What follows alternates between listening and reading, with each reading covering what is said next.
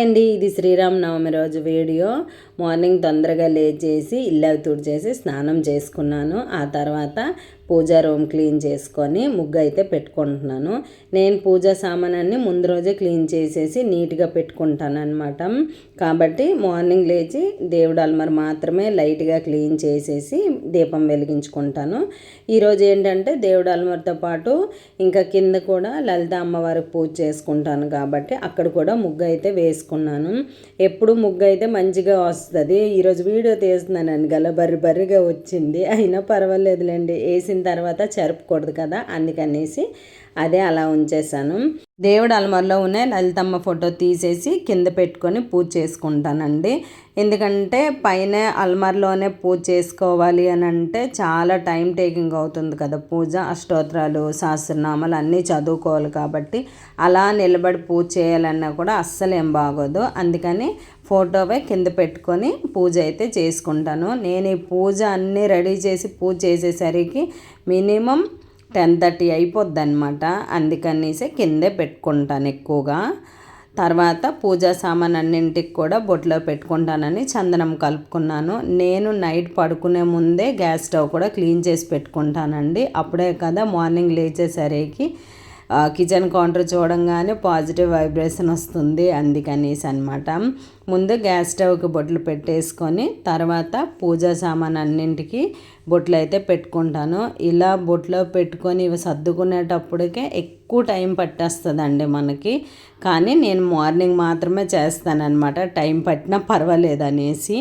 ఇంకా బొట్లన్నీ పెట్టేసుకున్న తర్వాత ఈరోజు అమ్మవారికి నైవేద్యంగా పరమాన్నం చేసుకున్నాను. యాక్చువల్గా నేను ఒక రెసిపీ చూశాను, అది నైవేద్యమే అనమాట. అలా చేసుకుందామా ఈసారి అమ్మవారికి స్పెషల్గా అనుకొని చేశాను, కానీ అది అలా అవ్వలేదు. అంటే టైం ఎక్కువ పడుతుంది అనేసి, నాకు అంత టైం లేదనేసి మళ్ళీ పరమాన్నంకే దిగిపోయాను అనమాట. పరమాన్నమే చేసేసాను. ఇంకా శ్రీరామనవమి కదా అనేసి రాముల వారికి వడపప్పు పెట్టుకుంటానని పెసరపప్పు నానబెట్టుకొని వడపప్పు పెట్టుకున్నాను. అలాగే పానకం కూడా కలిపేసి పెట్టుకొని దేవుడి అల్మార్లో పూజా సామాన్ అంతా రెడీ చేసేసుకున్నాను. ఈ మందార పూలు చూశారు కదండి, అమ్మ వాళ్ళకి ఊరు దిగబెట్టినప్పుడు తెచ్చుకున్నాను ఆ మందార పూలు అనమాట. అలాగే అష్టోత్తరాల కోసము కాగడాలు కూడా తెచ్చుకున్నాను, వాటితోనే పూజ చేస్తానన్నమాట. ఫస్ట్ లలితాదేవి పూజ చేసేటప్పుడు గణపతిని ముందు పూజించుకోవాలి. అందుకని మీదంతా రెడీ చేశాక కింద కూడా అన్నీ రెడీ చేసుకొని ఇంకా దేవుడు అల్మార్లో దీపారాధన చేసేసాను ఫస్ట్. ఆ తర్వాత కింద చేస్తానన్నమాట. నార్మల్గా దీపం పెట్టేసి అగరబత్తులు వెలిగించుకొని ఇంకా ధూపు స్టిక్ కూడా వెలిగించుకొని పూర్తిగా పూజ మీద కంప్లీట్ చేసుకుంటాను. కానీ హారతి మాత్రం ఇవ్వను. లలిత అమ్మవారి పూజ అయిపోయిన తర్వాత మొత్తానికి హారతి ఇస్తానన్నమాట. పైన పూజ కంప్లీట్ అయిపోయిన తర్వాత కింద పూజ కోసం కూర్చుంటాను. కూర్చునే ముందే ఏమేమి కావాలనేది దగ్గర పెట్టుకుంటానండి, లేకపోతే మళ్ళీ అలా కూర్చునే తర్వాత లేవకూడదు కదా, అందుకనేసి. పిల్లలు ఉంటే పర్వాలేదు, పిల్లలు లేకపోతే మాత్రం అన్నీ దగ్గర పెట్టుకుంటాను, మళ్ళీ ఇబ్బంది అవుతుంది కదా అనేసి. ఆ తర్వాత ఫస్ట్ గణపతి పూజ చేసేసి షోడాక్షరి నామావళి చదివేసి నైవేద్యము ఖర్జూరం కానీ కిస్మిస్ కానీ లేకపోతే బెల్లము ఏదైనా పెట్టుకోవచ్చు అనమాట. అది పెట్టేసి ధూపం ఇచ్చేసిన తర్వాత అష్టోత్తరాలు అయితే చదువుకుంటానమాట. నేను పెద్ద పండితురాలను కాదండి, నేర్చిన మర్చిపోతుంటాను కాబట్టి బుక్కే ఎక్కువగా చదువుకుంటాను.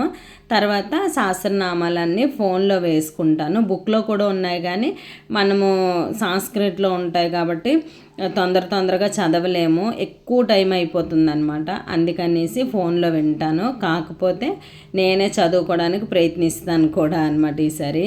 ఇంకా బుధవారం పువ్వులు తెచ్చేసాం కదండి, అమ్మ వాళ్ళకి లక్షవారం ఊరు దిగబెట్టాను, శుక్రవారం పూజ కాబట్టి అని. పువ్వులు తెచ్చి 3 రోజులు అయిపోతుంది. అందులో వాడంబరాలు కొన్ని వాడిపోయి ఉన్నాయి, అవన్నీ మా బాబుకి ఏరీస్ ఇమ్మని చెప్పాను. ఇంతలోపు నేను అష్టోత్తరాలన్నీ చదివేశాను. తర్వాత సహస్రనామాలు కుంకుమతో చేసుకున్నాను, కొన్ని పువ్వులతో కూడా చేసుకొని. మందారం అయితే కంపల్సరీ సమర్పించాలండి, అందులో ఉంటుందన్నమాట. ఆ నామంకి ఆ మందార పువ్వు సమర్పించేసి తర్వాత కుంకుమతో పూజ చేసుకున్నాను. పూజ అంతా కంప్లీట్ అయిపోయిన తర్వాత ఈరోజు అమ్మవారికి ఆకు చెక్క అంటిపండు నల్ల ద్రాక్ష తెల్ల ద్రాక్ష 3 రకాల పళ్ళు పెట్టుకున్నాను. ఇంకా నేను చేసిన పరమాన్నం కూడా నైవేద్యంగా పెట్టి కొబ్బరికాయ అయితే సమర్పించేసుకున్నాను. నేను ఎప్పుడు కొబ్బరికాయ పగలగొట్టినా కూడా పువ్వు వస్తుందనేసే చూస్తూ ఉంటాను. ఎందుకంటే నేను ఎప్పుడు పువ్వు రియల్గా చూడలేదన్నమాట. అందుకే తప్ప ఇంకేం కాదు. ఇంకా పూజ అంతా అయిపోయిన తర్వాత హారతి కూడా ఇచ్చేసాను. కింద హారతి ఇచ్చినప్పుడే దేవుడాలమరలో దేవుళ్ళకి కూడా హారతి ఇస్తాను. ఇంకా హారతి ఇచ్చేసి నీళ్ళ దార పెడతారు కదండి, అలా పెట్టేసి ఇంకా పైన దేవుళ్ళకి కూడా హారతి ఇచ్చేసి నేను తీసుకున్నాను. తర్వాత పిల్లలు కూడా అప్పటికి రెడీ అయిపోయారనమాట. పాపకు జడే వేయాల్సింది ఉంది, అది వేసాక గుడికి వెళ్తామనేసి ఇద్దరు హారతి తీసుకున్నారు. నేను కుంకుమ పెట్టుకొని పువ్వు ఒకటి తలలో పెట్టుకున్నాను. ఈ విధంగా పూజ అయితే కంప్లీట్ అయింది. ఇప్పుడు రామాలయంకి అయితే వెళ్ళాము. మా వీధిలోనే ఉందండి. అక్కడ పెద్దగా జనాలు ఉండరనమాట. ప్రశాంతంగా పూజ చేసుకోవచ్చు. దర్శనం కూడా మంచిగా అవుతుంది. కాకపోతే మేము వెళ్ళేసరికి పూజ అయితే అవ్వలేదు. హోమం అవి కాలుస్తారని ఇంకా ఏ సజ్జలు కూడా పూజ చేయలేదన్నమాట. మేము నార్మల్గా దీపారాధన చేసేసి దండం పెట్టుకొని ఇంటికైతే వచ్చేసాము. అప్పటికే 11 అయిపోయింది. ఇంకా పిల్లలు అయితే ముందు వచ్చేసిన చపాతీ ఉంటే అది తిన్నారు. నేనైతే పడిన గిన్నెలన్నీ తోమేశాను. పిల్లలు చపాతీ తినేసిన తర్వాత పరమాన్నం కూడా ఒక గిన్నెలో వేసేసి వాళ్ళకి ఇచ్చాను తింటారనేసి. ఇంతలోపు వంట స్టార్ట్ చేసుకుందామని అన్నం ఎసరు కూడా పెట్టుకొని బియ్యం అయితే కడిగేసి వేసుకొని తర్వాత నేను ప్రసాదం తింటాననేసి ముందు బియ్యం అయితే కడిగేసి వేసుకున్నాను అనమాట. అన్నం ఉడుకుతూ ఉంటుంది, ఈలోపు ప్రసాదం తినేయచ్చు అనేసి. నేను దేవుడి దగ్గర పెట్టిన ప్రసాదం మాత్రమే తింటానండి. శుక్రవారం పూజ చేసిన రోజు మార్నింగ్ మరి ఇంకేం తిన్ను. తర్వాత ఆ రోజు అయితే ఆనియన్ వేయకుండానే వంట కూడా చేసుకుంటాను అనమాట. ఎందుకంటే ఉల్లిపాయ తిన్నారు లలిత అమ్మవారు పూజ చేసేటప్పుడు. ఇంకా పిల్లలతో పాటు నేను కూడా పరమాన్నం తినేసాను దేవుడి దగ్గర తీసేసుకొని. ఆ తర్వాత మిగతా వంట అయితే స్టార్ట్ చేసుకున్నాను.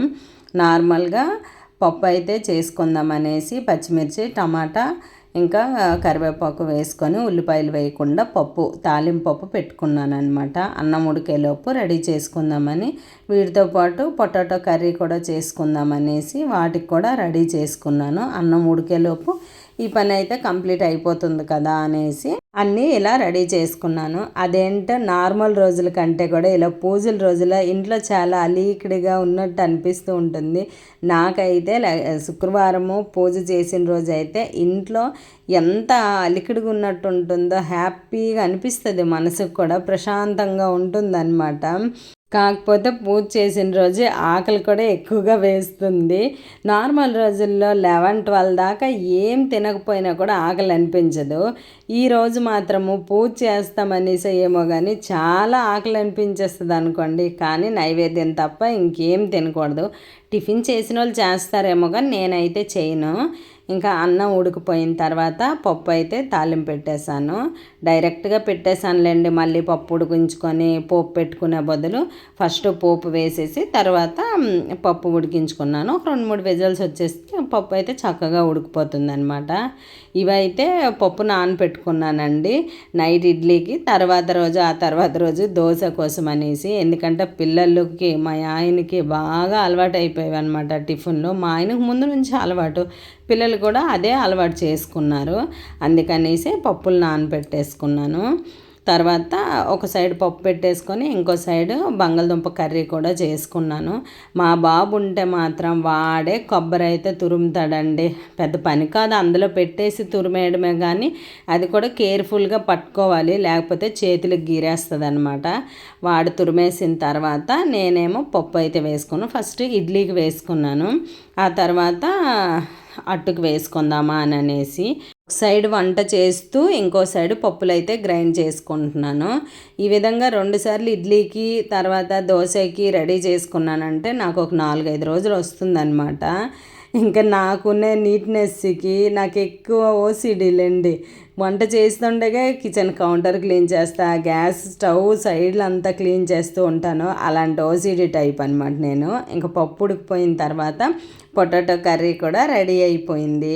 పొటాటో కర్రీ మాత్రం ఇది ఫస్ట్ టైం ఇలా చేశాను. టేస్ట్ అయితే అదిరిపోయింది అనుకోండి. ఇంకా దీంతో పప్పు కానీ చారు కానీ ఏం అవసరం లేదు, చక్కగా అన్నంలో కలుపుకొని తినేయచ్చు అనమాట. అంత టేస్ట్గా బాగుంది. ఇవి రెడీ అయిపోయిన తర్వాత ఇంకా గ్రైండర్ అయితే కిచెన్ కౌంటర్ దగ్గరికి షిఫ్ట్ చేసేసాను. ఎందుకంటే పప్పు తుల్లిపోతుందనేసి అదంతా అయిపోతుందని ఇక్కడికి షిఫ్ట్ చేసేసి గ్రైండర్ నలుగుతుంది. ఇంకా గుడి దగ్గరికి వెళ్ళాము. అప్పటికి హోమం అంతా కాల్చేశారనమాట. అప్పటికి మా బాబుకి చెప్తున్నాను చూసుకొని రారా అని అంటే అవలేదు మమ్మీ అని వాళ్ళ డాడీ ఫోన్ చూసుకొని ఉన్నాడు. మేము వెళ్ళేసరికి మా సజ్జ పూజ కూడా చేసేసారు. మా పేర్లతో పనేముంది, దేవుడి పేరుని చేశారు. నాకు అది హ్యాపీ అనిపించింది. ఇంకా బొట్టు హోమం దగ్గర బొట్టు పెట్టుకొని ప్రసాదం అయితే కాబోలు శనగలు ఇచ్చారు. అవి కూడా తీసుకొని ఇంటికైతే వచ్చేసాము. మేము వచ్చేసరికి అయితే ఇడ్లీ రుబ్బు అయితే నలిగిపోయింది. అది ఎత్తేసి దోశ పిండి కోసము మళ్ళీ పప్పు వేసుకున్నాను. ఇది నలిగిపోయిన తర్వాత గ్రైండర్ క్లీన్ చేసుకోవడమే. ఈ పనులన్నీ అయ్యేసరికి నాకు కరెక్ట్గా 1 అయింది అనుకోండి. ఇంకా లంచ్ టైం అయిపోయింది, కానీ ఇంకాసేపు కూర్చొని తర్వాత లంచ్ చేద్దాం అనుకొని టీవీ అయితే కాసేపు చూశాను. వీడియో నచ్చితే లైక్ చేసి కామెంట్ చేసి ఛానల్కి సబ్స్క్రైబ్ చేసుకోండి.